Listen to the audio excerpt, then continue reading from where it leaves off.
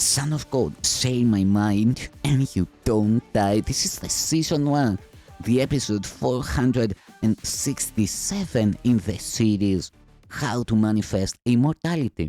And the name of today's teaching is The Only Answer. Remember that the Holy Spirit is the answer, not the question. The ego always speaks first. It is capricious and does not mean its maker well. It believes incorrectly that its maker may withdraw his support from it at any moment. If it meant you well, it would be glad, as the Holy Spirit will be glad when He has brought you home and you no longer need His guidance. The ego does not regard itself as part of you. Herein lies its primary error, the foundation of its whole thought system. When God created you, He made you part of Him. That is why attack within the kingdom is impossible.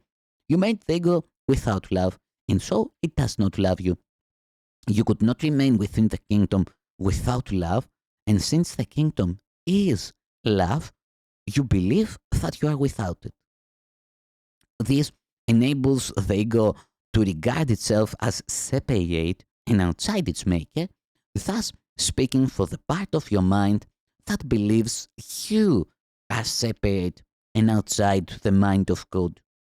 The ego then raised the first question that was ever asked, but one it can never answer. That question, what are you, was the beginning of doubt. The ego has never answered any question since, although it has raised a great many. The most inventive activities of the ego have never done more than obscure the question because you have the answer and the ego is afraid of you. You cannot understand the conflict until you fully understand the basic fact that the ego cannot know anything. The Holy Spirit does not speak first, but He always answers. Everyone has called upon Him for help at one time or another, and in one way or another, and has been answered. Since the Holy Spirit answers truly, He answers for all time, which means that everyone has the answer now. The ego cannot hear the Holy Spirit, but it does believe that part of the mind that made it is against it. It interprets this as a justification for attacking its maker. It believes that the best defense is attack and wants you to believe it. Unless you do believe it, you will not side with it. And the ego feels badly in need of allies, though not of brothers. Perceiving something alien to itself in your mind, the ego turns to the body as its ally because the body is not part of you. This makes the body the ego's friend.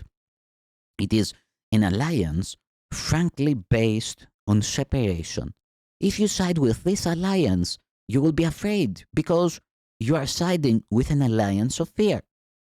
The ego uses the body to conspire against your mind, and because the ego realizes that its enemy can end them both by merely by recognizing they are not part of you, they join in the attack together.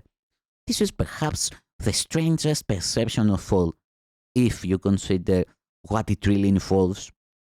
The ego, which is not real, attempts to persuade the mind which is real that the mind is the ego's learning device, and further, that the body is more real than the mind is.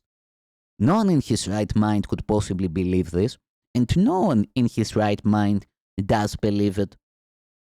Here then, the one answer of the Holy Spirit to all the questions the ego raises. You are a child of God, a priceless part of His kingdom, which He created as part of Him. Nothing else exists, and only this is real. You have chosen a sleep in which you have had bad dreams, but the sleep is not real, and God calls you to awake. There will be nothing left of your dream when you hear Him, because you will awaken. Your dreams contain many of the ego's symbols, and they have confused you. Yet that was only because you were asleep and did not know. When you wake, you will see the truth around you, and you will no longer believe in dreams, because they will have no reality for you. Yet the kingdom and all that you have created there will have great reality for you because they are beautiful and true. In the kingdom, where you are and what you are is perfectly certain. There is no doubt because the first question was never asked. Having finally been wholly answered, it has never been. Being alone lives in the kingdom where everything lives in God without question. The time spent on questioning in the dream has given way to creation and to its eternity.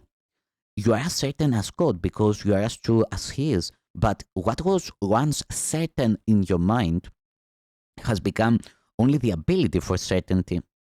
The introduction of abilities into being was the beginning of uncertainty because abilities are potentials, not accomplishments. Your abilities are useless in the presence of God's accomplishments and also of yours. Accomplishments are results that have been achieved. When they are perfect, abilities are meaningless. It is curious that the perfect must now be perfected. In fact, it is impossible. Remember, however, that when you put yourself in an impossible situation, you believe that the impossible is possible. Abilities must be developed before you can use them. This is not true of anything that God created, but it is the kindest solution possible for what you made. In an impossible situation, you can develop your abilities to the point where they can get you out of it. You have a guide to how to develop them, but you have no commander except yourself. This leaves you in charge of the kingdom with both a guide to find it and a means to keep it. You have a model to follow who will strengthen your command and never detract from it in any way. You therefore retain the central place in your imagined enslavement, which in itself demonstrates that you are not enslaved. You are in an impossible situation only because you think it is possible to be in one. You would be in an impossible situation if God showed you your perfection and proved to you that you were wrong.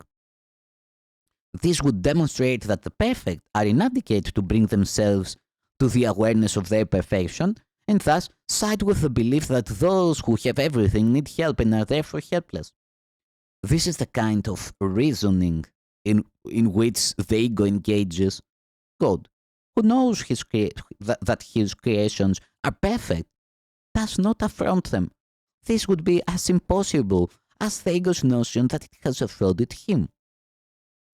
That is why the Holy Spirit never commands. To command is to assume inequality, which the Holy Spirit demonstrates does not exist. Fidelity to premises is a law of mind, and everything God created is faithful to his laws. Fidelity to other laws is also possible, but however, not because the laws are true, but because you made them.